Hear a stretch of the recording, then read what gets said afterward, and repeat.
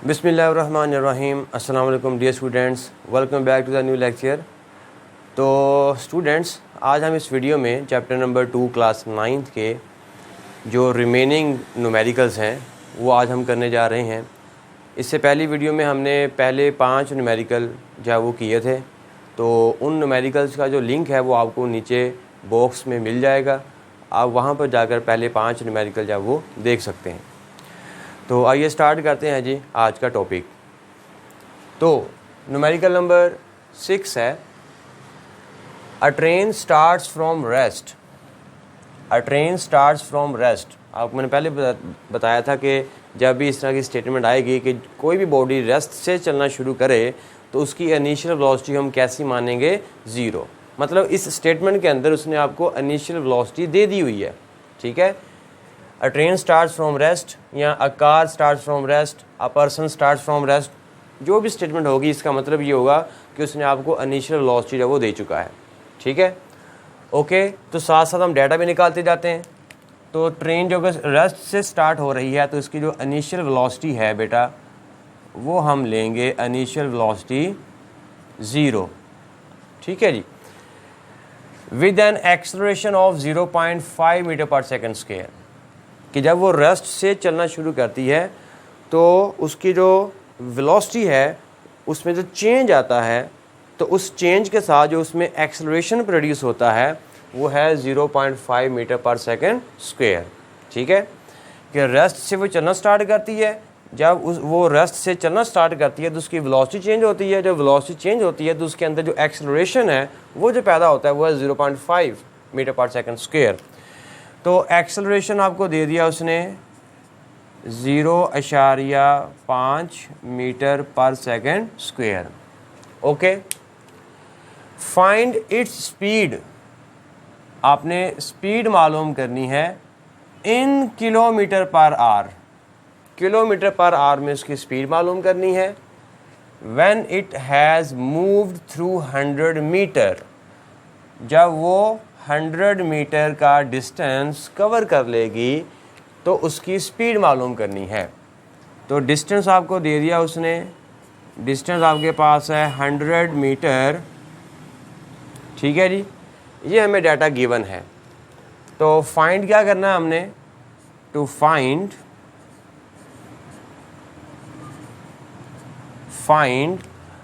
Speed मालूम करनी है उसकी। लेकिन ये जो स्पीड है ये कौन सी स्पीड है? इनिशियल तो वो दे चुका है, क्योंकि वो रेस्ट से शुरू हो रही गाड़ी ट्रेन चलना। तो जब वो रेस्ट से शुरू होगी तो इनिशियल 0 होगी। तो 100 मीटर का जब डिस्टेंस कवर कर लेती है तो तब जाके उसकी जो स्पीड होगी वो फाइनल मानी जाएगी। तो इनिशियल आपको दे दी है तो फाइनल आपसे पूछ रहा है, इसलिए हम यहाँ पे लिखेंगे VF। ये हमने मालूम करनी है। ओके, अब उसके बाद जो लेकिन ये जो वेलोसिटी जो स्पीड है ये हमने मालूम करनी है किलोमीटर पर आवर में, ये भी याद रहे, ठीक है। उसने बताया हुआ है कि find its speed in kilometre per our. तो किलोमीटर पर आवर में उसकी स्पीड हमने मालूम करनी है। तो ये हमारे पास स्पीड आ गई, उसकी फाइनल स्पीड मालूम करनी है। अब लिखेंगे फार्मूला। अब जो फार्मूला हम इस्तेमाल करने वाले हैं वो देखना है कि कौन सा होगा जिसमें हमारी ये तमाम रिक्वायरमेंट्स पूरी हों। इनिशियल वेलोसिटी भी हो, एक्सेलरेशन भी हो, डिस्टेंस भी हो और फाइनल स्पीड भी हो।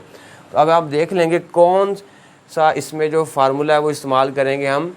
तो थर्ड इक्वेशन ऑफ मोशन जो है, अगर आप गौर से देखें तो इस इक्वेशन में, इस फार्मूले के अंदर हमारी सारी रिक्वायरमेंट पूरी हैं, ठीक है। हमारे पास इनिशियल वेलोसिटी भी है, फाइनल वेलोसिटी तो हमने मालूम करनी है, डिस्टेंस भी है और एक्सेलरेशन भी है।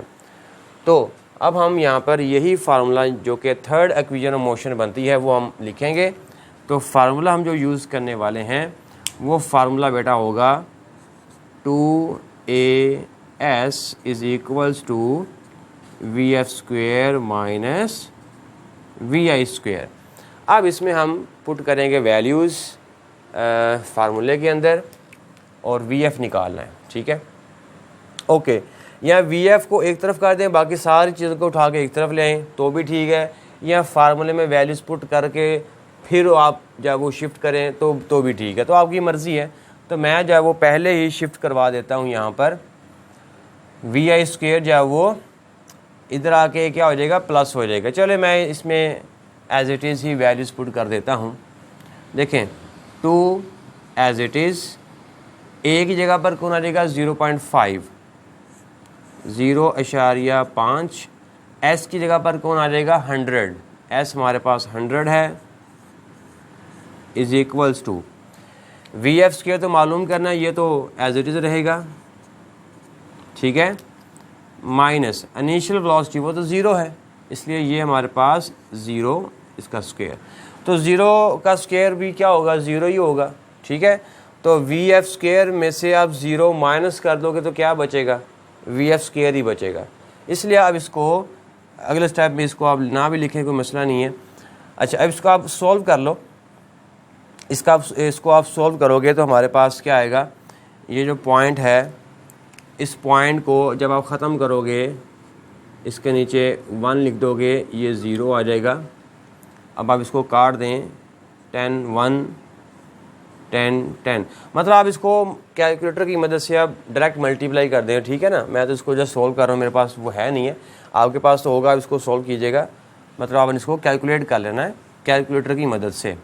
ओके जी, अब आप इसको मल्टीप्लाई कर दें तो ये हमारे पास आ जाएगा 100, ठीक है, 5 2 10, 10 ज़रब 10 100, तो वी एफ का जो स्क्वायर है वो 100 के बराबर आ जाएगा, ठीक है। लेकिन हमें तो सिर्फ वी एफ मालूम करनी थी, लेकिन हमारे पास जो आंसर है वो वी एफ स्क्वायर का आंसर आया है, इसलिए हम क्या करेंगे, दोनों तरफ स्क्वायर रूट ले लेंगे, ठीक है जी। तो ये स्क्वायर रूट क्यों लिया है, ताकि स्क्वायर ख़त्म हो जाए और हमारे पास सिंपल वी एफ आ जाए।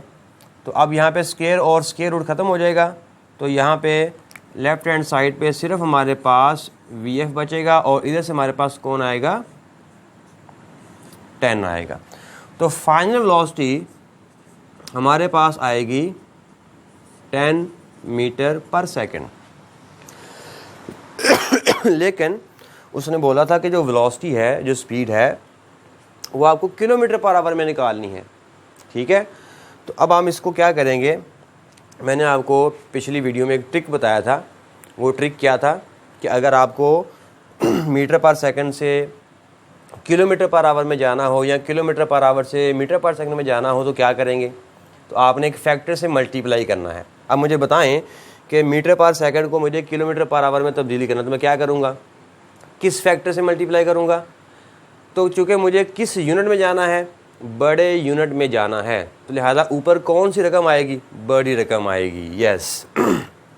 तो यहाँ पर जो वी एफ है इज़ इक्वल्स टू ये 10 as it is multiply by वो फैक्टर कौन सा होगा 36/10। तो साथ ही जब आप इस फैक्टर से मल्टीप्लाई करेंगे तो यूनिट भी आप चेंज कर देंगे। Is it clear. अब आप इसको काट दें, 10 से कैंसिल हो जाएगा, तो हमारे पास जो फाइनल वेलोसिटी है वो आ जाएगी 36 kilometre per hour. So this is our required answer. जिस स्टूडेंट्स न्यूमेरिकल नंबर 7 करते हैं, a train starting from rest, एक ट्रेन है वो रेस्ट से जब वो स्टार्ट हो रही है, ठीक है जी, accelerates uniformly and attains a velocity 848 metre per hour in 2 minutes. कहता है पहले वो ट्रेन क्या थी, रेस्ट में थी, फिर वो रेस्ट जब वो स्टार्ट होती है तो वो 2 मिनट में उसकी जो स्पीड है वो कहाँ तक पहुँच जाती है, वो है 48 किलोमीटर पर आवर तक पहुँच जाती है 2 मिनट के अंदर ही, ठीक है। रेस्ट में थी, एक्सेलरेट हुई, तो एक्सेलरेट जब हुई तो उसमें उसकी जो स्पीड है वो 2 मिनट में कहाँ तक पहुँच गई, 48 किलोमीटर पर आवर तक पहुँच गई, ठीक है। It travels at this speed for 5 minutes. कहता है कि वो गाड़ी इसी स्पीड के साथ, यानी कि 48 किलोमीटर पर आवर की स्पीड के साथ स्पीड फॉर 5 मिनट्स, वो 5 मिनट तक मूव करती रहती है। ठीक है, यानी कि मैं यहाँ पे खड़ा हूँ, रेस्ट में हूँ, फिर जब वो मैंने एक्सेलरेट हुआ, मेरी स्पीड बढ़ी, 48 हो गई। अब मैं इस 48 वेलोसिटी के साथ 5 मिनट तक मज़ीद मूव करता रहता हूँ। ठीक है, फिर क्या कहता है जी, finally it moves with uniform retardation. फिर जब 5 मिनट गुजरते हैं तो उसमें रिटार्डेशन प्रोड्यूस हो जाता है, मतलब वो गाड़ी जब वो ब्रेक्स अप्लाई शुरू कर देती है, ब्रेक्स अप्लाई होने के बाद इज़ स्टॉप्ड आफ्टर 3 मिनट्स, वो 3 मिनट के बाद गाड़ी जब वो रुक जाती है। ठीक है, find the total distance travelled by the train. तो बताना ये है कि शुरू से रेस्ट से चलने के बाद रुकने तक उसने टोटल जो डिस्टेंस है वो कितना कवर किया है। अब इसको ज़रा गौर से समझेगा, बड़ा इंपॉर्टेंट न्यूमेरिकल है। ठीक है, मैंने कुछ डायग्राम बनाई हुई हैं इसको समझाने के लिए। अब इसी स्टेटमेंट को मैं डायग्राम से समझाता हूँ आपको थोड़ा सा। देखें, ये हमारे पास फ़र्ज़ करिए ट्रेन है, ट्रेन तो नहीं है, कार है, लेकिन फ़र्ज़ कर लीजिए ट्रेन है। तो ये पहले रेस्ट में पड़ी हुई थी। ठीक है, फिर जब वो रेस्ट से जब वो अपना सफ़र शुरू करती है और 2 मिनट के अंदर ये 48 किलोमीटर पर आवर की स्पीड को गेन कर लेती है, अटेन कर लेती है।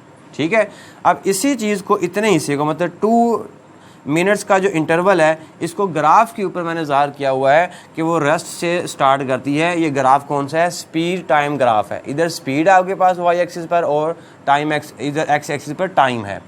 अब टाइम को मैंने मिनट्स में मेंशन किया हुआ है और वेलोसिटी को मैंने किलोमीटर पर आवर में मेंशन किया हुआ है। ओके, तो गाड़ी जब वो रेस्ट से जब वो चलना शुरू होती है और वो 2 मिनट में, रेस्ट से 2 मिनट में वो कितनी स्पीड गेन कर लेती है? 48 किलोमीटर पर आवर की स्पीड गेन कर लेती है। Is it clear? रेस्ट से वो चलना शुरू होती है। हम जानते हैं कि स्पीड टाइम ग्राफ उस बॉडी का कैसा होता है जो यूनिफॉर्म एक्सेलरेशन से गाड़ी या कोई आदमी मूव कर रहा हो, तो उसका जो स्पीड टाइम ग्राफ है वो इस तरह एक लाइन बनती है, इंक्लाइन टू टाइम एक्सिस। ठीक है, ये मैंने क्लास में सिखाया हुआ है। खैर, तो 0 से, मतलब रेस्ट से 2 मिनट में उसकी जो स्पीड है वो कितनी बढ़ जाती है? 48 किलोमीटर उसकी स्पीड बढ़ जाती है। फिर इसी स्पीड के साथ वो अगले 5 मिनट तक इसी स्पीड के साथ वो मूव करती है। मतलब 2 मिनट के बाद आगे जो 5 सेकंड है, मतलब 7 मिनट तक, अगले 5 मिनट तक वो क्या करती है? इसी स्पीड के साथ यूनिफॉर्मली मूव करती रहती है 5 मिनट तक। अब उसके बाद अगले 3 मिनट में वो क्या कहता है? वो गाड़ी में रिटार्डेशन प्रोड्यूस होता है और वो गाड़ी जब वो 3 मिनट के बाद रुक जाती है। 3 मिनट बाद मतलब कि 10 मिनट बनते हैं। ठीक है, तो 7 मिनट के बाद अगले जो 3 मिनट हैं उसमें गाड़ी में रिटार्डेशन प्रोड्यूस होना शुरू होता है। गाड़ी की जो स्पीड है वो कम होते होते 0 तक पहुंच जाती है और गाड़ी यहाँ पे आके रुक जाती है। ठीक है, तो यही चीज़ मैंने यहाँ पे बताई है कि रेस्ट से वो स्टार्ट होती है, 2 मिनट के अंदर वो 48 किलोमीटर पर आवर की स्पीड गेन कर लेती है। फिर अगले इंटरवल में, यानी कि 5 मिनट तक वो इसी स्पीड के साथ, यानी कि 48 किलोमीटर पर आवर की स्पीड के साथ वो मूव करती रहती है।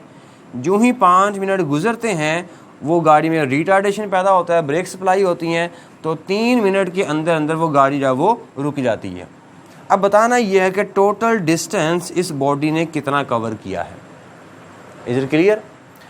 अब स्पीड टाइम ग्राफ है। अब स्पीड टाइम ग्राफ के अंदर हम जो डिस्टेंस है वो कैसे फाइंड आउट करते हैं, तो पहले आपको ये पता होना चाहिए। तो ये बात हम लिख लेते हैं। वैसे आपको मैंने बताया हुआ क्लास के अंदर कि जो डिस्टेंस होता है, ठीक है, जो डिस्टेंस होता है वो बेसिकली बराबर होता है एरिया अंडर द ग्राफ। ठीक है, कि ग्राफ के अंडर जो एरिया होगा वो एरिया हम कैलकुलेट कर लेंगे और वही बेसिकली हमारा क्या कहलाएगा? डिस्टेंस कहलाएगा। यहाँ तक क्लियर हो गया? अच्छा, अब इसमें एरिया कौन सा हमने कंसिडर करना है? तो देखिए, ये जो रेड लाइन है ये हमारा ग्राफ है। ये यहाँ से शुरू हुआ, फिर ये यहाँ तक, और ये सारा हमारा ग्राफ है। इस ग्राफ के अंडर ये जो जितना भी सारा एरिया है अगर हम ये एरिया किसी तरह कैलकुलेट कर लें तो हम क्या मालूम कर लेंगे, हम उस गाड़ी का डिस्टेंस मालूम कर लेंगे। ठीक है, ओके, तो डिस्टेंस मालूम कर लेंगे। अब इस पूरे ग्राफ को, इस पूरी शेप को हम 3 हिस्सों में डिवाइड करेंगे। देखें, यहाँ से लेके यहाँ तक ये आपके पास एक राइट एंगल ट्रायंगल बन गई है। मतलब मैं इस पूरे एरिया को मैं 3 ज्योमेट्रिकल शेप्स में डिवाइड करने लगा हूँ। और हम जानते हैं कि ये जो एरिया अंडर द ग्राफ होता है, ये एरिया किस चीज़ का हम लेते हैं, कोई ज्योमेट्रिकल शेप का लेते हैं। तो उस ज्योमेट्रिकल शेप का जो एरिया होता है वही बेसिकली हमारा क्या कहलाता है, डिस्टेंस कहलाता है। तो हम यहाँ पर इस पूरे ग्राफ के अंडर जो ज्योमेट्रिकल शेप्स बन रही हैं, हम पहले उनको देखने लगे हैं कि वो कौन कौन सी शेप्स बनती हैं। फिर उन शेप्स का हम एरिया निकाल लेंगे और वही एरिया हमारा डिस्टेंस कहलाएगा। तो अब इस पूरे ग्राफ के अंडर ये जो एरिया है, इसको हम जो है वो 3 हिस्सों में मैंने डिवाइड कर दिया। देखें, पहला हिस्सा आपको ये OAD, ये आपके पास एक राइट एंगल ट्रायंगल बन रही है। Is it clear? फिर अगला हिस्सा ABED, ये आपके पास एक स्क्वायर या रेक्टेंगल समझ लें, या स्क्वायर समझ, जो आपका दिल करता है। तो ये आपके पास एक रेक्टेंगल बन गई है। ठीक है जी। फिर उसके बाद अगला BCE, अगेन आपके पास ये एक राइट एंगल ट्रायंगल बन गई है। तो बेसिकली हमारा जो टोटल ये जो ग्राफ है, इस ग्राफ के अंडर जो एरिया है, जो ज्योमेट्रिकल शेप्स बन रही हैं, वो 2 ही बन रही हैं। ठीक है, एक है सेंटर वाली बड़ी सी तस्वीर रेक्टेंगल, और एक ये वाली ट्रायंगल, और एक ये ट्रायंगल। तो अब हम इस राइट एंगल ट्रायंगल का एरिया प्लस इसका एरिया प्लस इसका एरिया, इन तीनों के एरियाज़ को हम अलग अलग से फाइंड आउट करेंगे और फिर हम ऐड कर देंगे तो हमारे पास क्या आ जाएगा, टोटल डिस्टेंस आ जाएगा। ठीक है, यहाँ तक क्लियर हो गया? ओके, आई होप कि आपको इसकी समझ आ गई होगी बड़े अच्छे से। ठीक है जी, बस ये अपनी लाइन याद रख लें, आपका काम आसान हो जाएगा कि डिस्टेंस बराबर होता है एरिया अंडर द ग्राफ। अब मैं इसको थोड़ा सा शेड कर देता हूँ, यानी कि पहला जो एरिया है वो मैं निकालूंगा, ये हमारे पास जो है ये, ठीक है, ये हमारे पास जो राइट एंगल ट्रायंगल बन रही है जिसका नाम ODA है। ठीक है, तो इस ODA का मैं एरिया निकालूंगा। तो हमारे पास, ओके, मैं यहाँ पे लिख देता हूँ कि जो डिस्टेंस है बेसिकली वो किसके बराबर है, डिस्टेंस बराबर होगा पहली जो ट्रायंगल है ODA, इसका एरिया मैं यहाँ पे लिख देता हूँ, एरिया ऑफ ODA, इस ट्रायंगल का एरिया ऑफ ODA प्लस इसका एरिया, ये वाला जो एरिया है ये दरमियान में ये वाला, ठीक है, ये वाला जो मैं शेड कर रहा हूँ, तो ये वाला जो एरिया है ये है रेक्टेंगल का। तो हम यहाँ पे लिखेंगे area of ABED,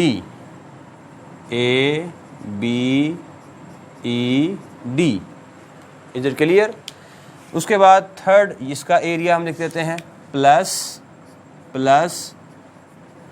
area of BEC, ये हमारे पास जो बन रही है BEC। ठीक है जी, यहाँ तक। तो ये वाला जो एरिया है ये वाला एरिया हो गया।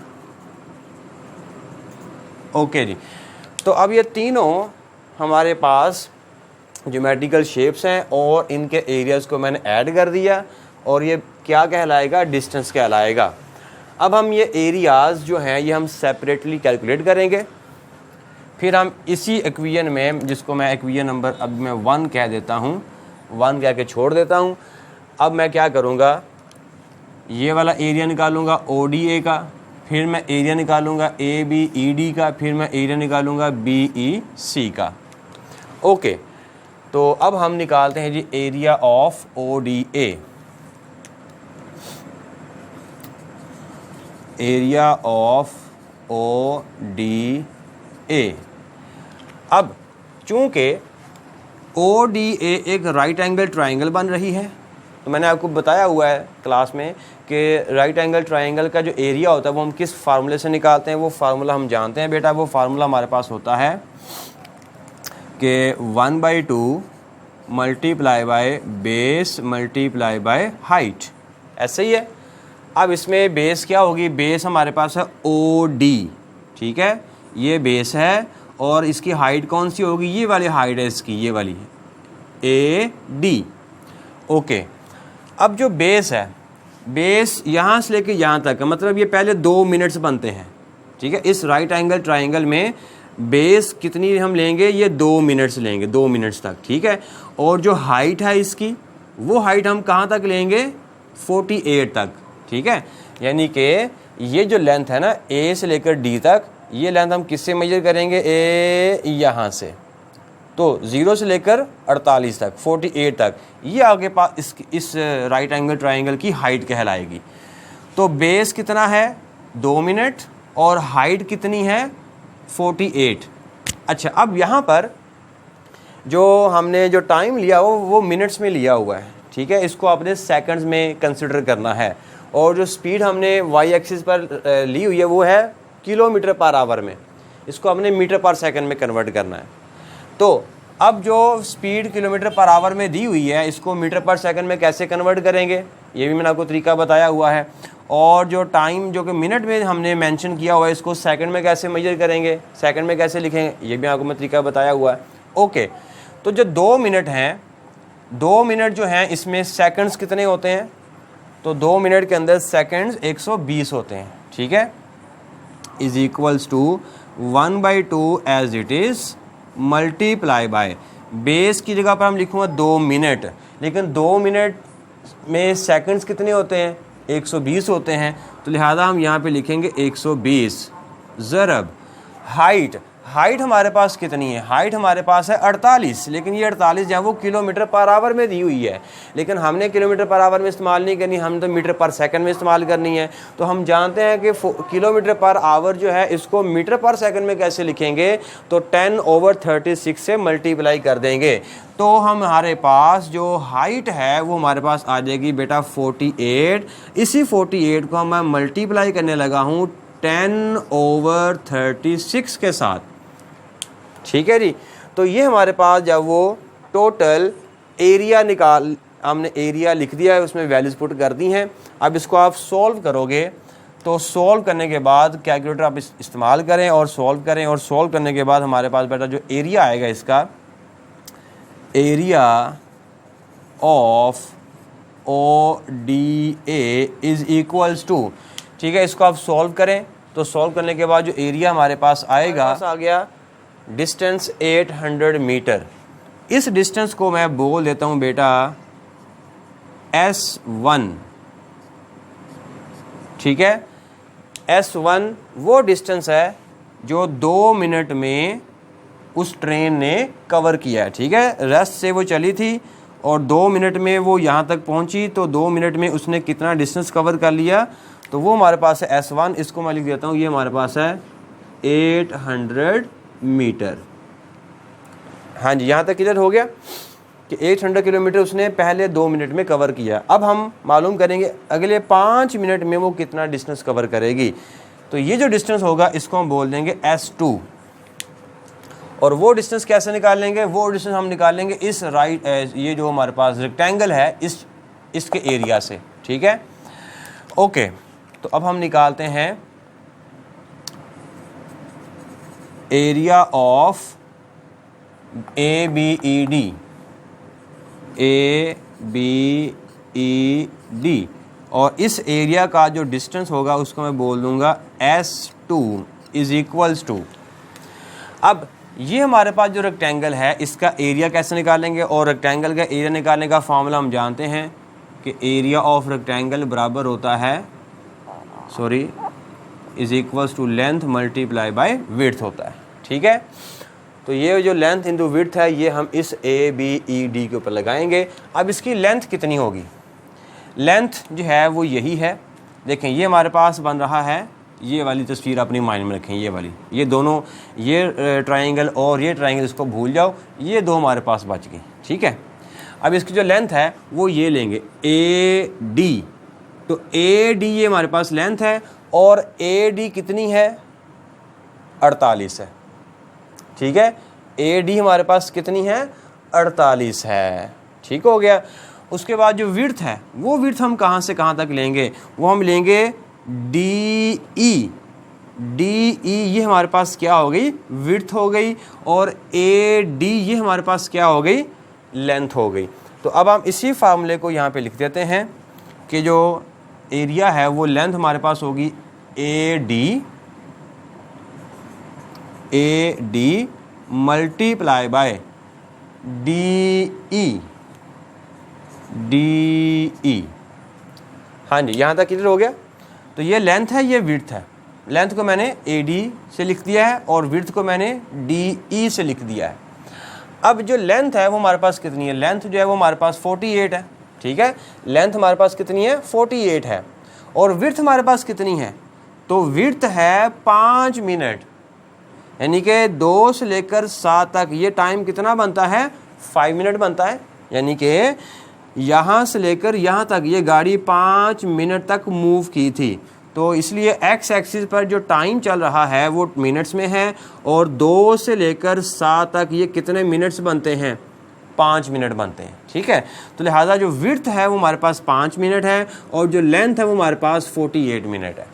ओके, इसको हम मेंशन कर देते हैं कि S2 हमारे पास जो है इज इक्वल्स टू, तो ए डी हमारे पास है 48, लेकिन ये जो 48 है फिर से ये किलोमीटर पर आवर में है। ठीक है, इसको आपने मीटर पर सेकंड में लिखना है, तो मैं मल्टीप्लाई करूँगा 10/36 के साथ। ठीक है, अगेन मल्टीप्लाई डी ई ये 5 मिनट बनती है, तो 5 और 5 मिनट में सेकंड्स कितने होते हैं? इसको 60 से मल्टीप्लाई कर देंगे। यहाँ डायरेक्ट अगर आपने 300 लिखना तो आप 300 लिख दो, तो यहाँ फिर आप 60 से इसको मल्टीप्लाई करके लिख दो। ठीक है जी।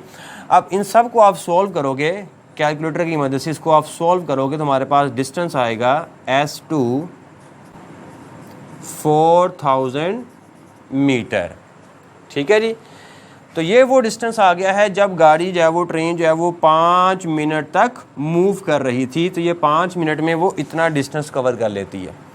अब डिस्टेंस रह गई जब ब्रेक्स अप्लाई की हैं, और ब्रेक्स अप्लाई करने के बाद वो 3 मिनट के बाद जाके रुक गई है। ठीक है, वो अगले 3 मिनट के बाद जब वो रुक गई है। अब हमने इसका डिस्टेंस मालूम करना है, तो ये जो हमारे पास आखिरी ट्रायंगल बन रही है इसका एरिया हम मालूम कर लेंगे। तो ट्रायंगल का एरिया निकालने का फार्मूला क्या है? वही है जो हमने इसमें अप्लाई किया था। और क्या अप्लाई किया था ये आप याद रख लें, ये मैंने वैसे क्लास में बताया हुआ है, 1/2 multiply by base multiply by height. ठीक है, तो ये उसका एरिया निकालने का फार्मूला है। ओके, अब हम निकालेंगे एरिया ऑफ दिस ट्रायंगल, जिसका नाम है एरिया ऑफ BEC। और ये जो डिस्टेंस होगा, इस डिस्टेंस को मैं क्या नाम दे दूंगा? S3। ठीक है, S3 वो डिस्टेंस है जो आखिरी 3 मिनट में रुकते रुकते तक वो बॉडी कवर कर लेती है, वो ट्रेन कवर करती है, ये वो डिस्टेंस S3।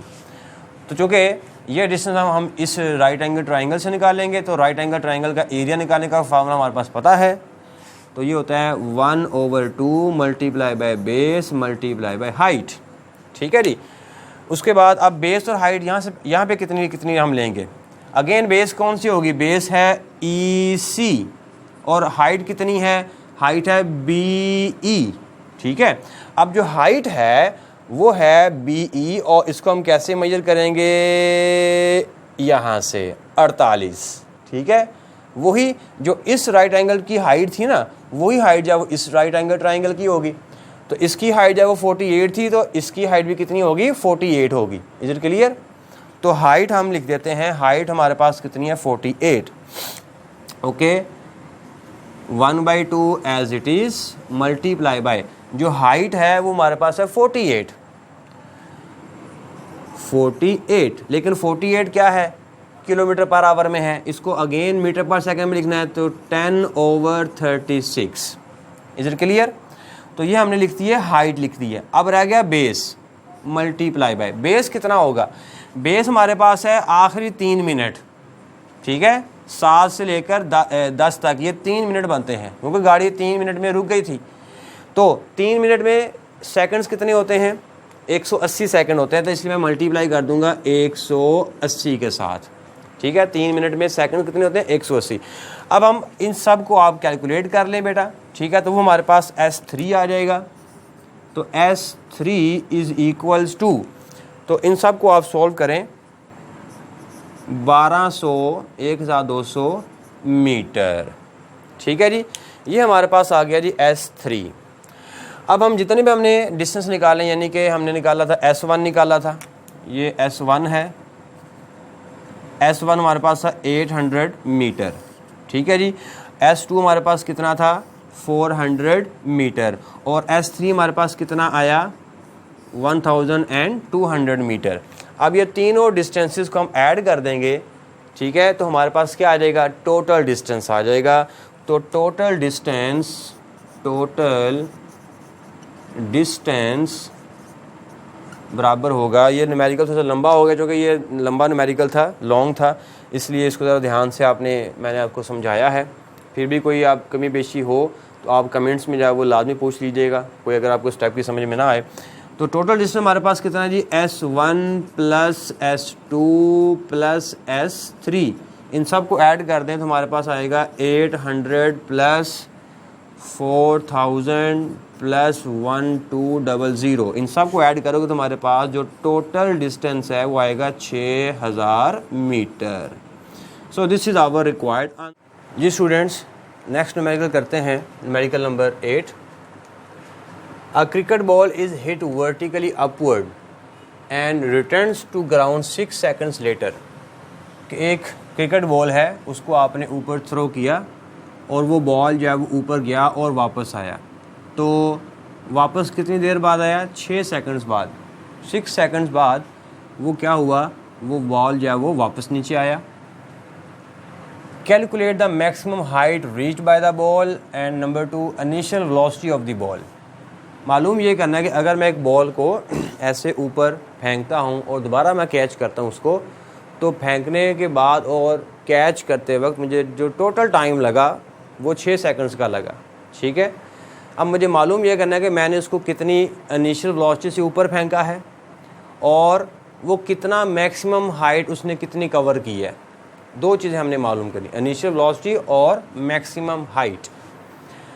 अब हम ये न्यूमेरिकल बिल्कुल वैसे ही है जैसे हमने न्यूमेरिकल नंबर 4 किया था, ठीक है। न्यूमेरिकल नंबर 4 की तरह ही है, उसमें बस फ़र्क सिर्फ इतना कि न्यूमेरिकल नंबर 4 में जो चीज़ हमने फाइंड आउट की थी वो यहाँ पे गिवन है, और जो वहाँ पे गिवन थी वो हमने यहाँ पे फाइंड आउट करनी है, ठीक है। अब देखें, हमने एक बॉल को ऊपर फेंका है। जब बॉल अपनी हाईएस्ट पॉइंट पे जाता है तो वहाँ पर हम जानते हैं, वहाँ पे जाके उसकी जो फाइनल वेलोसिटी है वो क्या हो जाती है बेटा, 0 हो जाती है। इनिशियल तो हमने फाइंड आउट करनी कि किस वेलोसिटी से हमने उसको फेंका है, वो इनिशियल वेलोसिटी है और वो हमने फाइंड आउट करनी है। उसके बाद जब हम किसी बॉडी को ऊपर की तरफ फेंकते हैं तो हम देखते हैं कि ग्रेविटेशनल एक्सेलरेशन भी इन्वॉल्व होता है और उसकी वैल्यू -10 ली जाती है जब किसी बॉडी को हम ऊपर की तरफ थ्रो करते हैं, ठीक है जी। उसके बाद जो टाइम है 6 सेकंड का, ये टोटल टाइम है, जाने का और आने का टाइम है। लेकिन सिर्फ जाने का टाइम कितना होगा, हाईएस्ट पॉइंट पर पहुंचने में कितना टाइम लगेगा, हाफ टाइम लगेगा, ठीक है ना। 6 टोटल है तो 3 जाने में लगेगा और 3 वापस आने में लगेगा। तो जो हाफ टाइम है उसको मैं बोल देता हूँ स्मॉल t, ठीक है, कि जो जाने में जो टाइम है वो मेरे पास है t1 और उसको मैं लिखता हूँ 3 seconds. Is it clear? Okay.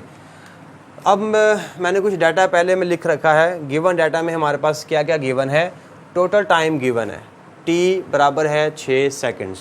Is it clear? Total time 6 second का लगा उसको। Time to reach the highest point, के हाईएस्ट पॉइंट पर पहुंचने में जो टाइम लगा वो कितना टाइम है, वो 3 सेकंड का है। ठीक है, याद रहे कैपिटल टी और स्मॉल टी में क्या फ़र्क है। कैपिटल टी होता है जो टोटल टाइम है, जाने का और आने का टाइम है, और T1 कौन सा है, जो सिर्फ जाने का टाइम है, एक तरफ का टाइम जो है वो होगा 3 सेकंड्स। उसके बाद जो G की वैल्यू है वो -10 में ली जाएगी। मैंने आपको बता दिया क्यों ली जाएगी, क्योंकि with the passage of time उसकी जो वेलोसिटी है वो कम होती जाती है, तो लिहाजा जो एक्सेलरेशन होगा वो नेगेटिव लिया जाएगा। तो G की वैल्यू -10 होती है, और फाइनल वेलोसिटी 0 क्यों रखी है, क्योंकि हाईएस्ट पॉइंट पे जाके वो बॉल रुकती है, रस्ट में आ जाती है, तो जो भी बॉडी रस्ट में आएगी उसकी वेलोसिटी को 0 माना जाएगा। अब फाइंड करना हमने इनिशियल वेलोसिटी और हाइट, तो फार्मूले हम 2 इस्तेमाल करेंगे। एक हम निकालेंगे यहाँ से इनिशियल वेलोसिटी, और इस फार्मूले से निकालेंगे हम हाइट। ओके, तो जो इनिशियल वेलोसिटी है उसका फार्मूला मैंने सेपरेट लिख लिया है, और जो हाइट निकालनी है उसका जो फार्मूला वो मैंने सेपरेट लिख लिया है। Is it clear? आप भी इसको ऐसे ही कर लीजिएगा। ओके, अब हम इसमें वैल्यूज पुट करते हैं। तो यहाँ से चूँकि हमने इनिशियल वेलोसिटी निकालनी है, तो इनिशियल वेलोसिटी को एक तरफ कर दो और बाकी सारी चीज़ों को एक तरफ कर दो। तो बेटा हमारे पास यहाँ पे जो VI है, VI किसके बराबर होगा, VF, और ये जो -GT है ये पूरा का पूरा फैक्टर इधर क्या हो जाएगा, नेगेटिव हो जाएगा, -GT1। T1 से मुराद क्या है, जाने का टाइम। ठीक है, स्मॉल t। चले मैं इसको सिर्फ स्मॉल t लिख देता हूँ ताकि आप कंफ्यूज ना हो जाएं ये T1 क्या है, तो मैं इसको सिर्फ t लिख देता हूँ, small t। Is it clear? Okay, तो स्मॉल t है, एक तरफ का टाइम है, is equals to VI। Okay जी, अब फटाफट से इसमें वैल्यूज पुट करो। VF की वैल्यू कितनी हो, तो 0 है क्योंकि हाईएस्ट पॉइंट पे जाके वो बॉल रुकता है। माइनस G की वैल्यू ये -10 है, और T कितना, ये हमारे पास 3 है, तो ये आ गया हमारे पास इनिशियल वेलोसिटी। तो -10 और 3 को ज़रब देंगे तो हमारे पास कितना जवाब आएगा, 30 मीटर पर सेकेंड। तो ये हमारे पास इनिशियल वेलोसिटी आ गई। ठीक है, इसको आप और ऐसे भी लिख सकते हैं, इनिशियल वेलोसिटी बराबर है 30 मीटर पर सेकेंड। ओके जी, एक चीज़ तो हमारे पास आ गई कि हम उसको 30 मीटर पर सेकंड की वेलोसिटी से ऊपर थ्रो करेंगे। ये पहला रिजल्ट आ गया। इनिशियल वेलोसिटी कितनी है, 30 के 30 से हम उसको ऊपर थ्रो करेंगे। अब वो ऊपर कितना जाएगा, हाइट कितनी मुकम्मल करेगा, वो हाइट हमने मालूम करनी है, और उसके लिए हम ये वाला फार्मूला इस्तेमाल करेंगे। इसमें हाइट को एक तरफ कर दो और बाकी सारी चीज़ों को उठा के एक तरफ कर दो, तो जो 2G है इसको इधर ले आओ, तो ये इधर क्या हो जाएगा, डिवाइड हो जाएगा। तो H is equals to VF square minus VI square over 2G। अच्छा, ये इनिशियल फाइनल वेलोसिटी जब लिखनी है ना तो बड़ा एहतियात करना सिंबल्स का। तो सिंबल आपने VI ये नहीं इस्तेमाल करना, और VF ये भी आपने इस्तेमाल नहीं करना। जो I और F है ना ये नीचे हैं, सबस्क्रिप्ट में हैं, जैसे VI VF, तो ये तरीका ठीक है, वो ऊपर वाला तरीका गलत है। ठीक है, I और F जो है वो नीचे करके आने चाहिए, ना कि साथ मल्टीप्लाई की शक्ल में हो। खैर, तो ये अपने एहतियात करनी है, बड़ा क्रिटिकल पॉइंट होता है। अब फाइनल वेलोसिटी हमारे पास कितनी है, वो तो 0 है, माइनस इनिशियल वेलोसिटी। इनिशियल अभी हम फाइंड कर चुके हैं 30। ठीक है, उसने दी तो नहीं है लेकिन अभी हमने फाइंड किया 30, तो ये 30 और इसका square divided by 2 into G, 2 into minus G। तो G की वैल्यू हमारे पास कितनी है, -10 है।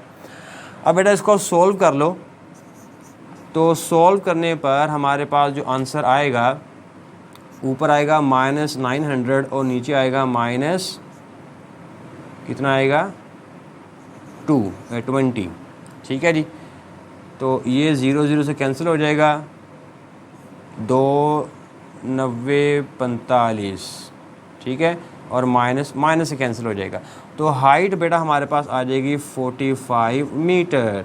लो जी हमारे पास दूसरा जवाब आ गया कि वो बॉडी जो है वो 45 मीटर ऊपर जी। स्टूडेंट्स न्यूमेरिकल नंबर 9 करते हैं। न्यूमेरिकल नंबर 9 है जी, when brakes are applied the speed of train decreases from 96 kilometre per hour to 48 kilometre per hour in 800 metre. कहता है जी कि गाड़ी जब वो जा रही है और ब्रेक्स अप्लाई कर दी जाती हैं। ब्रेक्स अप्लाई करने के बाद का ये अब सारा मामला है। ब्रेक्स अप्लाई करने से पहले क्या हो रहा था ये हमें डिस्कस नहीं किया गया। ब्रेक्स अप्लाई कर दी गई हैं जी बस। अब ब्रेक्स अप्लाई करने के बाद उस गाड़ी की जो स्पीड है हम जानते हैं कि वो जब भी ब्रेक्स अप्लाई की जाएंगी तो गाड़ी कोई भी हो उसकी स्पीड कम होनी ही होनी है। अब इसकी जो स्पीड है वो कम हो गई कहाँ से कहाँ तक, 96 से 48 किलोमीटर पर आवर। ठीक है, ब्रेक्स अप्लाई की गई तो 96 पहले उसकी स्पीड थी इनिशियल, और बाद में जब वो कितनी हो गई उसकी 48 हो गई, 48 किलोमीटर पर आवर हो गई इन 800 मीटर। जब ब्रेक्स अप्लाई की गई तो उसकी जो स्पीड थी वो 96 से 48 जब हुई तो इस दौरान उस गाड़ी ने कितना डिस्टेंस कवर किया, वो है 800 किलोमीटर का। ठीक है, क्योंकि जब गाड़ी ब्रेक्स अप्लाई की जाती हैं तो ब्रेक्स अप्लाई करने के बाद जब वो गाड़ी फ़ौरन रुक नहीं जाती है बल्कि वो कुछ ना कुछ डिस्टेंस कवर कर लेती है। तो 96 किलोमीटर पर आवर से 48 किलोमीटर पर आवर तक होने में उसने जो साथ में डिस्टेंस भी कवर किया वो डिस्टेंस भी हमें पता चल गया वो कितना उसने कवर किया, 800 मीटर का। अच्छा, लेकिन अभी वो रुकी नहीं है, अभी वो स्टॉप नहीं हुई है। आगे उसने पूछा कि how much further will the train move before coming to rest. कहता है कि मज़ीद वो गाड़ी वो ट्रेन जो है वो रेस्ट में आने से पहले मज़ीद वो कितना डिस्टेंस कवर करेगी, वो डिस्टेंस हमने मालूम करना है। ठीक है, ये जो 800 किलोमीटर डिस्टेंस दिया हुआ है ये वो डिस्टेंस है जब गाड़ी फ़र्ज़ करें कि ये वो पॉइंट है जहाँ से उसने ब्रेक अप्लाई करना शुरू की और यहाँ पे उसकी वेलोसिटी है कितनी, 96। फिर वो ब्रेक अप्लाई करता है और वो 800 किलोमीटर का डिस्टेंस कवर कर लेती है। जब वो 800 किलोमीटर का डिस्टेंस कवर करती है तब उसकी वेलोसिटी कितनी हो जाती है, 48। तो अभी गाड़ी रुकी नहीं है क्योंकि अभी उसके पास 48 वेलोसिटी है, रुकी नहीं है। अब उसको मज़ीद रुकते रुकते फ़र्ज़ करें वो यहाँ तक जाके रुकती है। जब वो रुकती है तो अब ये जो कितना डिस्टेंस है उस वो कवर करती है ये हमने मालूम करना है। ठीक है, एक डिस्टेंस वो जब उसकी वेलोसिटी 96 से 48 किलोमीटर तक डिक्रीज़ होती है, लेकिन मज़ीद वो रुकने तक कितना फ़ासला मज़ीद कवर कर लेती है वो हमने डिस्टेंस मालूम करना है। बेसिकली ये जो डिस्टेंस है s ये हमने मालूम करना है। Is it clear? अब इसी चीज़ को मैंने डायग्राम की मदद से भी थोड़ा सा समझा दिया है। देखें ये जो लाइन है वो नीचे आ रही है, स्लोप नीचे आ रहा है। तो जब स्लोप नीचे आ रहा है उसका मतलब उसकी वेलोसिटी जो है उसकी जो स्पीड है वो कम हो रही होती है।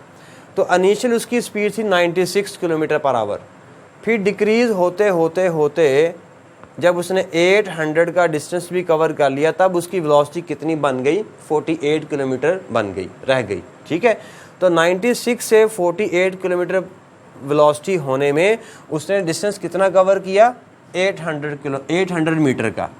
लेकिन अभी गाड़ी रुकी नहीं है, अब उसको रुकना है। जब वो रुकेगी तो वो मज़ीद डिस्टेंस कुछ ना कुछ कवर करेगी। अब वो मज़ीद आगे यहाँ पे फ़र्ज़ करें वो जाके रुकती है तो यहाँ से लेकर यहाँ तक ये जो डिस्टेंस है ये हमने मालूम करना है। ठीक है, ये जो डिस्टेंस है ये हमने मालूम करना है। तो यहाँ से लेकर यहाँ तक तो हमें डिस्टेंस का पता है और यहाँ से यहाँ तक हमने मालूम करना है। ठीक है, या इसको ऐसे समझ लें आप, ये बल्कि आसान है इसको समझना। ठीक है, मैं दोबारा फिर रिपीट कर देता हूँ। न्यूमेरिकल में हमने पूछा क्या है और बताना क्या है कि गाड़ी 96 किलोमीटर पर आवर की स्पीड थी, उसने ब्रेक्स अप्लाई कर दी। ब्रेक्स अप्लाई करने के बाद उसकी स्पीड कम होते गई। जब 800 मीटर का डिस्टेंस कवर हुआ तो उसकी वेलोसिटी कितनी रह चुकी थी, 48। अभी वो रुकी नहीं है, अब उसको रुकने के लिए मज़ीद कुछ ना कुछ डिस्टेंस कवर करना पड़ेगा। ठीक है, ये डिस्टेंस हमने मालूम करना है उसका। ओके, तो अब डिस्टेंस के लिए हम जो फार्मूला इस्तेमाल करेंगे वो देख लेते हैं। वो कौन सा फार्मूला हमने इस्तेमाल करना है। इक्वेशन ऑफ मोशन लगाएंगे, ये छठा फार्मूला और सातवां फार्मूला। अब अगर आप छठा और सातवां फार्मूला देखें, इसमें हमने डिस्टेंस मालूम करना है। इनिशियल वेलोसिटी हमें दी गई है, टाइम, ये टाइम नहीं हमें दिया गया, और एक्सेलरेशन ये भी हमें पता नहीं है, इसलिए हम ये वाला फार्मूला भी इस्तेमाल नहीं कर सकते डिस्टेंस निकालने के लिए। अगर हम ये वाला फार्मूला इस्तेमाल करते हैं, इसमें एक्सेलरेशन तो है ही नहीं है, डिस्टेंस निकालना है, फाइनल वेलोसिटी है, इनिशियल है, लेकिन एक्सेलरेशन फिर भी नहीं है।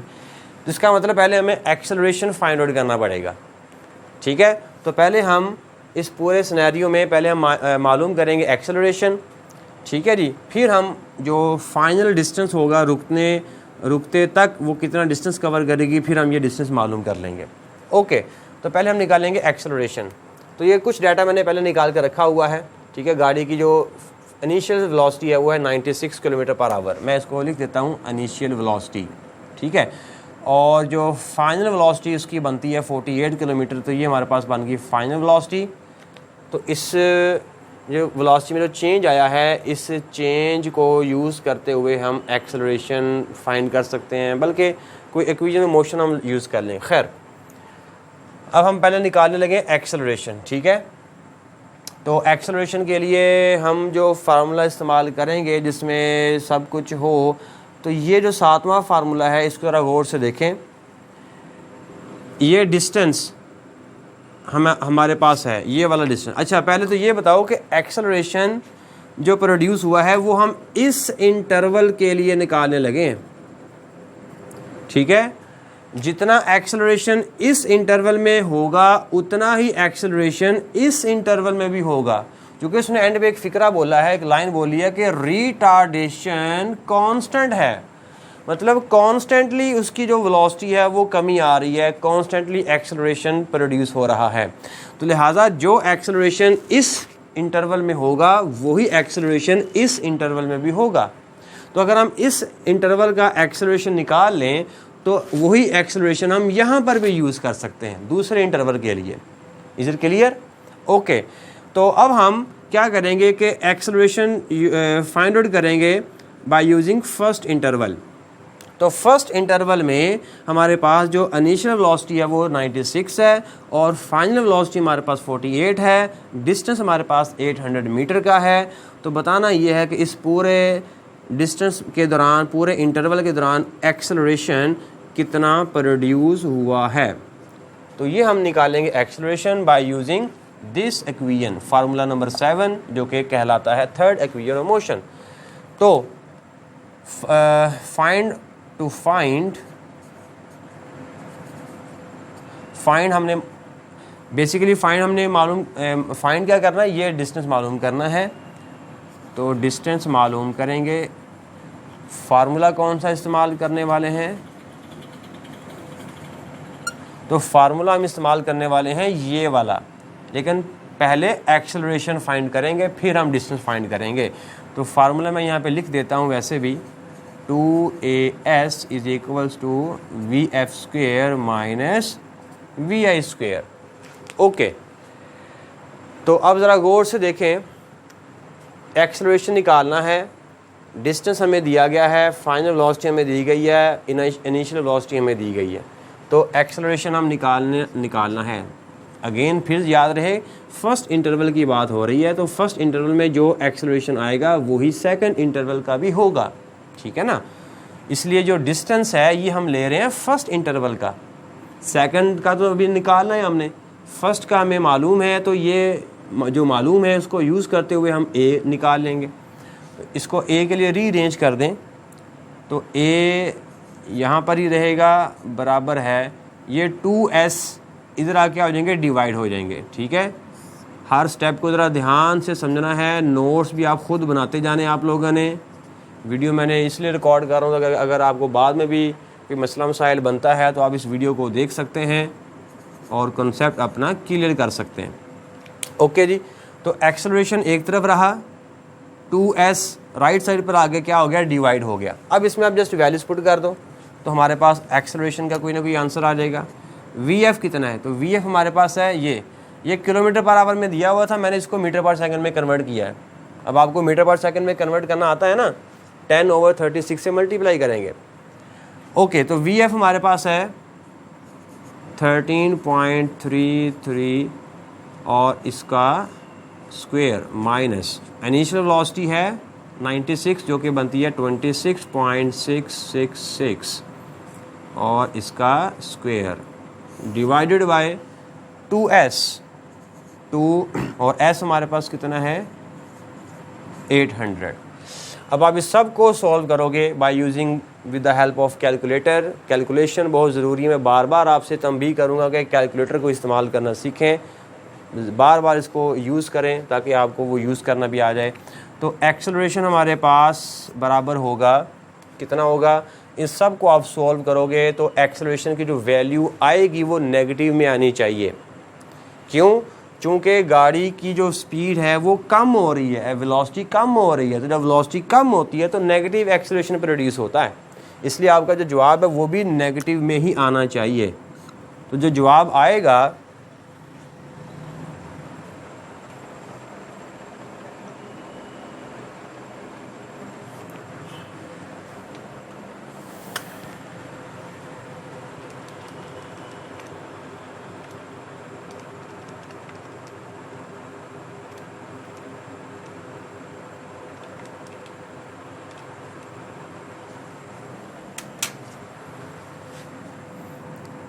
ज़ीरो इशारिया 333 और यूनिट हमारे पास होगा एक्सेलरेशन का मीटर पर सेकंड स्क्वायर।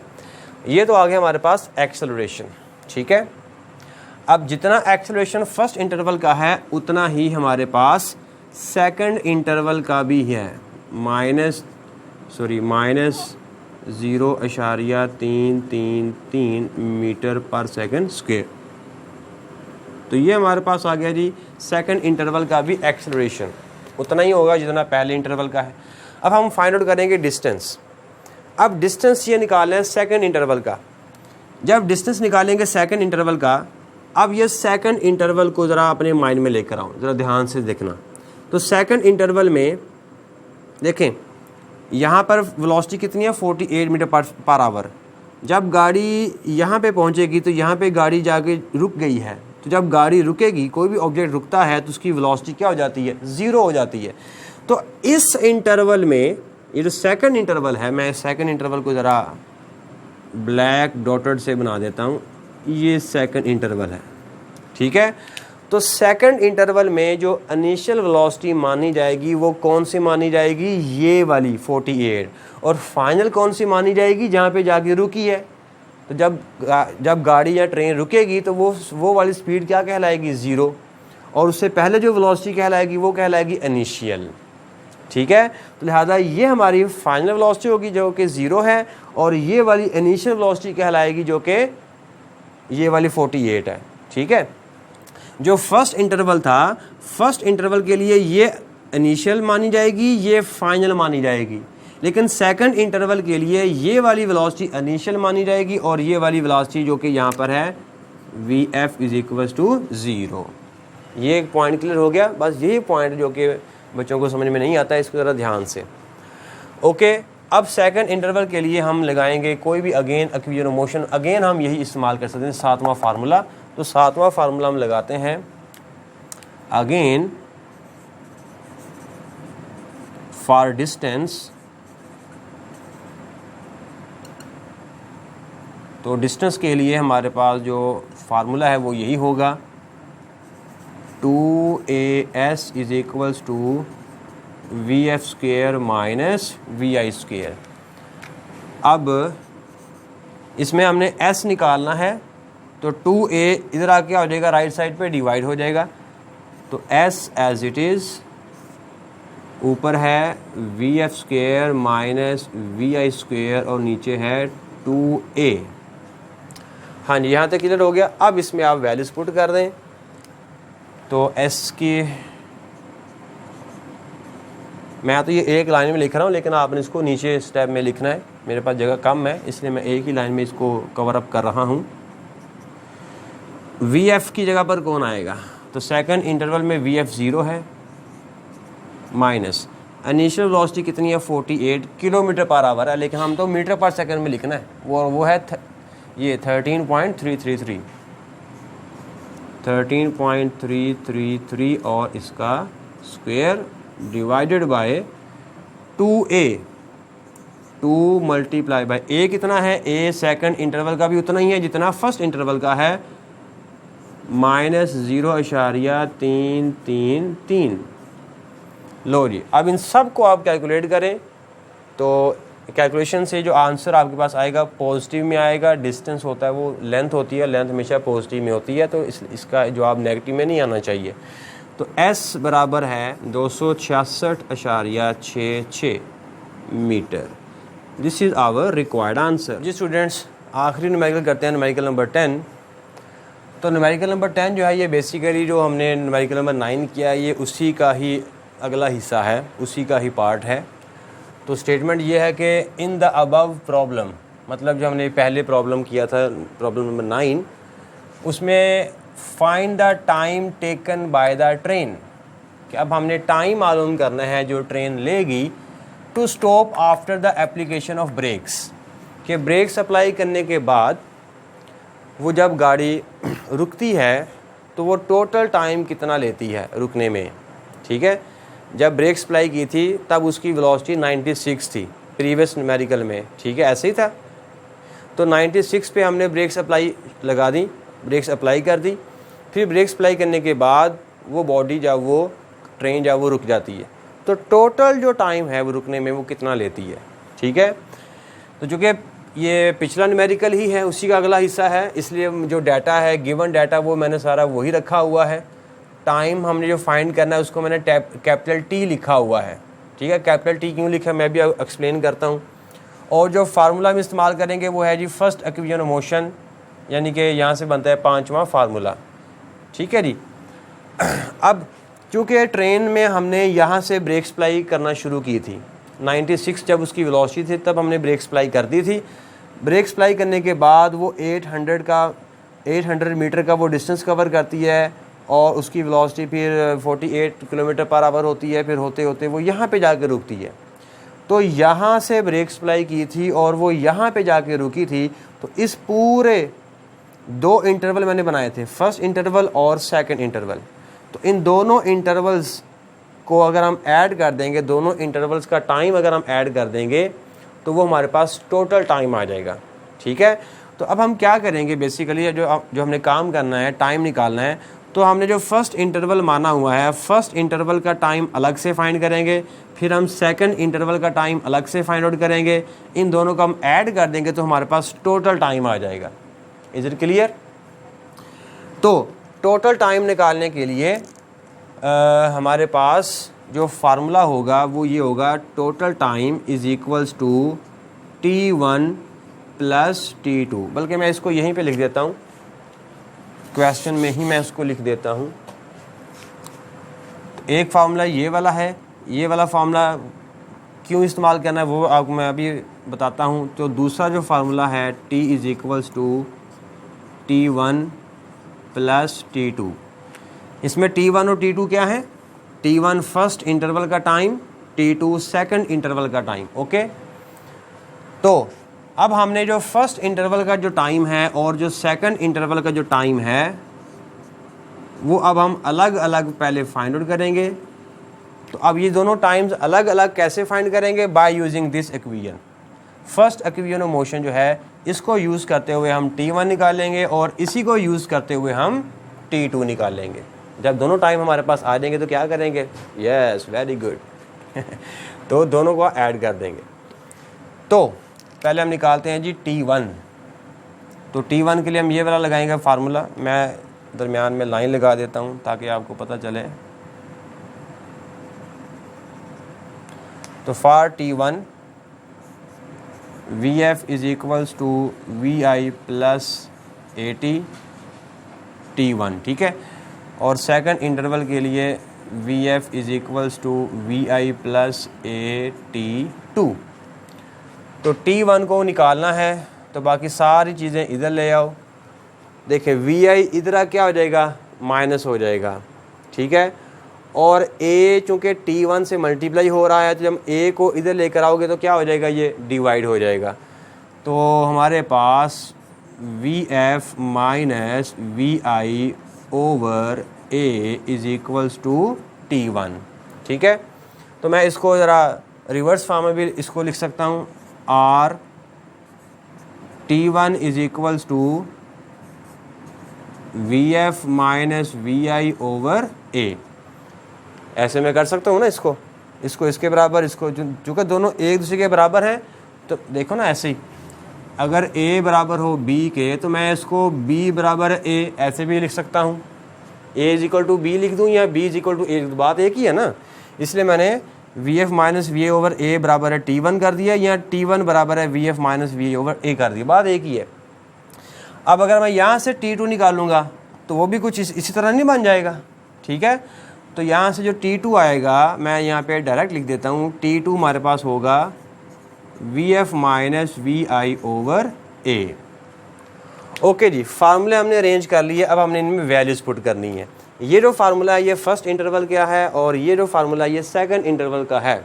अब फर्स्ट इंटरवल में जो vf है, vi है और a वो क्या है, इन दोनों इंटरवल्स में पहले एक चीज़ कॉमन है, वो क्या है, वो ये है एक्सेलरेशन। जितना एक्सेलरेशन फर्स्ट इंटरवल में प्रोड्यूस हुआ है उतना ही एक्सेलरेशन जो है वो दूसरे इंटरवल में प्रोड्यूस हुआ है। और वो कितना प्रोड्यूस हुआ था, -0.333 प्रीवियस प्रॉब्लम के मुताबिक जो हमने पिछला न्यूमेरिकल किया ना, न्यूमेरिकल नंबर 9, उसमें हमने जो एक्सेलरेशन निकाला था वो इतना निकाला था। तो ये दोनों इंटरवल्स के लिए कैसा रखना है, सेम रखना है। ये तो बात तो क्लियर है, ए ये तो कॉमन है। अब रहेगी बात vf माइनस vi की। अब फर्स्ट इंटरवल में vf कौन सा लेना है और vi कौन सा लेना है।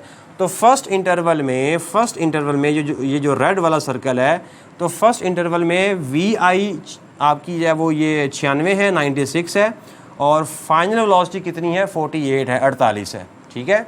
इसको मैंने ये मीटर पर सेकंड में किया हुआ है ऊपर, तो आपने मीटर पर सेकंड वाली वैल्यू इस्तेमाल करनी है, ना कि किलोमीटर पर आवर वाली। ओके, तो यहाँ पे बेटा t1 किसके बराबर आएगा, तो vf कितना है, फर्स्ट इंटरवल का जो vf है वो हमारे पास है 48 बराबर है ये 13.333, तो 13.333 minus initial velocity first interval की 96 है जो कि बराबर है 26 के, 26.666 डिवाइडेड बाय a कितना है, a हमारा 0 माइनस में लिखना है, माइनस में, तो 0.3333। अब इन सब को आप ऐड कर अपना हल करें, सॉल्व करें बाय यूजिंग कैलकुलेटर, तो हमारे पास जो t1 है वो आएगा 40.01 समथिंग, 40 के करीब आंसर आएगा, ठीक है। तो यूनिट होगा हमारे पास सेकंड्स। अब निकालते हैं t2, तो t2 हमारे पास बराबर होगा, अब t2 चूँकि सेकंड इंटरवल का टाइम है तो सेकंड इंटरवल में जो vf है वो कितनी मानी जाएगी, ये ब्लैक सर्कल में, तो यहाँ पे गाड़ी रुकी थी तो ये हमारी जो फाइनल वेलोसिटी वो 0 है, इनिशियल हमारी 48 है सेकंड इंटरवल में, ठीक है।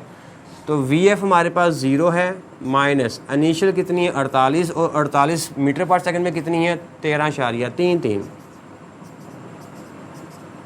डिवाइडेड बाय एक्सेलरेशन, तो उतना ही होगा 0.333। इन दोनों को आप सबको आप डिवाइड करेंगे, सॉल्व करेंगे तो t2 हमारे पास आंसर आएगा वो भी 40 के करीब ही आएगा सेकंड्स, ठीक है जी। अब इन दोनों टाइम्स को बेटा ऐड कर दो तो कितना टाइम आ जाएगा, so total time is equals to t1 plus t2, तो ये भी 40 है और ये भी 40 है, तो लगभग कितना आ गया 80 seconds. So this is our required answer, और यूँ हमारे सारे न्यूमेरिकल इस चैप्टर के हल हो जाते हैं।